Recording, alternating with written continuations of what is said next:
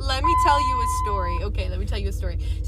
On Monday, I drove 3.5 hours to go visit a guy because he's in the Army and he just never could come visit me. Whatever.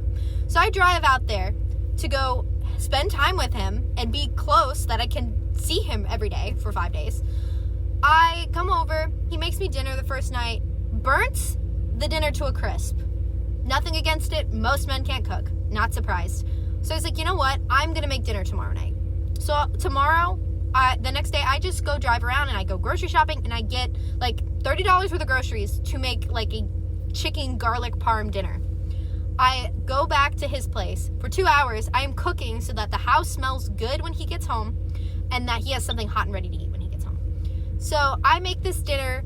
I prepare it in the oven. He doesn't want to eat when he gets home right away, which, like, whatever. He's like, I'm going to go work out and then I'm going to eat. And I was like, cool. So he goes and works out. He comes out and we eat dinner. Does not say thank you for cooking the food. He does not say thank you for buying the food.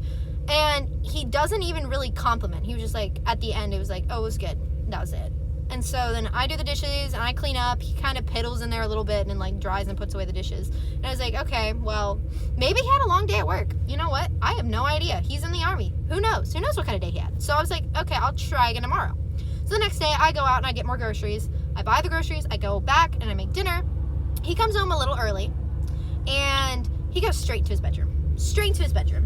And I'm like, okay. So I wait an hour and a half and I'm like, well, he's still not out here. So I'm going to make dinner and eat because I'm hungry. And it's like 6:30 at the time. And I was like, okay, I'm making dinner. So I make a quesadilla for me. I make extra and put it in the microwave for him. He comes out like 45 minutes later after I finish eating. I already washed my dish and put it away. And I'm just sitting on the couch talking to a friend. He literally, I was like, hey, dinner, I made dinner. It's in the microwave for you. And he was like, cool. Goes in, grabs it, literally walks right back to his bedroom. Right back to his bedroom and sits in there and eats the quesadillas that I made by himself. And I know I'm really worked up about it because right now it is 10:30 at night and I am going home a day early because I'm not doing this. I'm going to be home at 1 a.m. I don't care.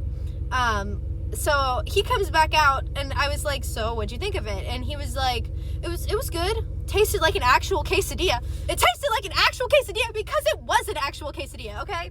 It was an actual quesadilla. I was like, okay, whatever.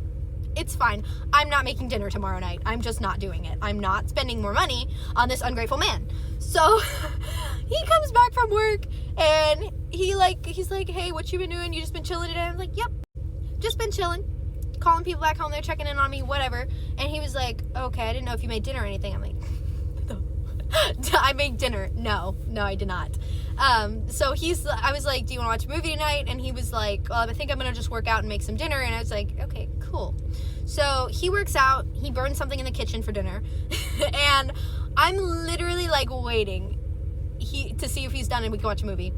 He goes back to his bedroom like a troll, like a hermit. And so I go and I sit on the couch and I'm like, you know what? I'm going to watch a movie. So I walk out there to go sit on the couch and select a movie. And I hear this man in his bedroom talking to another woman. And I literally have the receipts on this, but he's literally in his bedroom playing a game, talking to another woman. And like the first night that I came over, he was like, I'm going to go back and play my game. And I'm like, I wonder if he's just been talking to this chick the whole time. So I was like, I was on the phone with my friend. I said, you know what? I'm leaving. I'm going to just make up some crappy story and I'm leaving. So I packed up all my stuff. I put it by the door and I knocked on his door and I hear him, oh, hold on a second. Somebody's knocking at my door. I'm going to hang up and I'll call you back.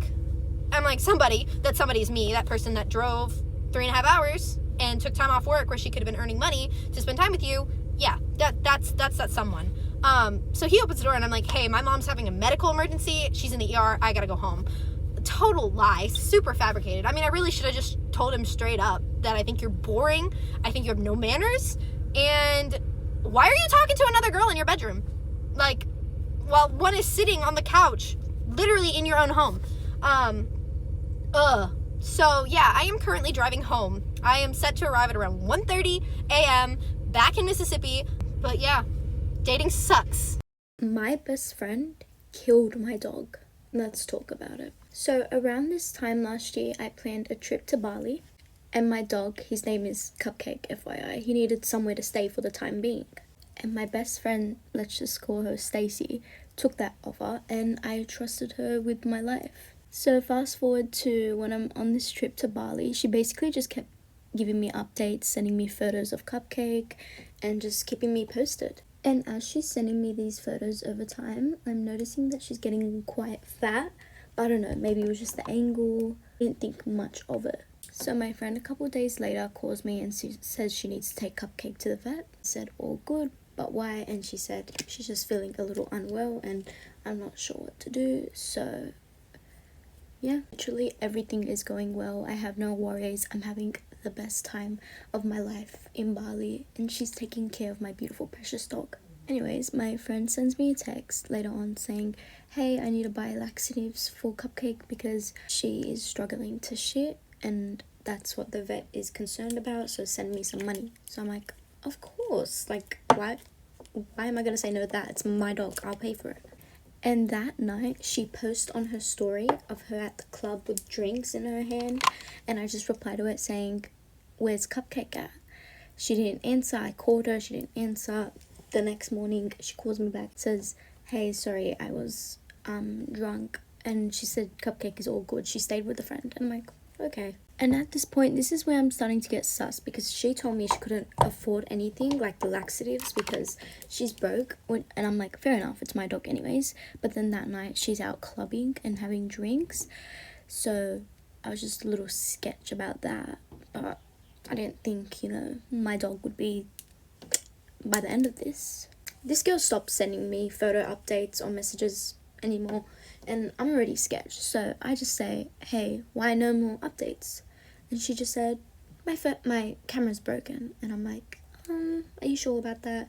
She's like, yeah. And I'm like, okay, so how come you can post that photo of you at the club with drinks? And she was like, my friend took the photo, she just sent it to me. And I'm like, okay. That's everything that happened at Bali, and by this time it's time for me to come home. So I'm on the airplane home. Obviously I have no internet, I have no access to my phone basically that whole entire plane ride. And I arrive home and my dog, Cupcake, is fat. And I don't mean like, oh, she put on a bit of fur and a bit of weight. Like, that's normal. But she looks like she got like air and gas blown into her. Like a hot air balloon. What did this do to my dog? And usually Cupcake runs to me, especially because I've been away for so long. She would have been so excited to see me. She was struggling to walk. She was like... So as one would do, I immediately take her to the vet to see what happened. And the vet says that she is severely constipated and is in a lot of pain. And she was most likely fed chocolate. So at this point, I'm literally freaking out. And I said, is there anything I can do? Like, literally tell me anything and I'll do it. And he said it is a severe case of constipation. So you have two options: to undergo surgery for 40 grand. By the way, I got this dog off a homeless shelter. I don't have that money. And I so would save my dog, but I don't have that money. And I can't save for that money anytime soon.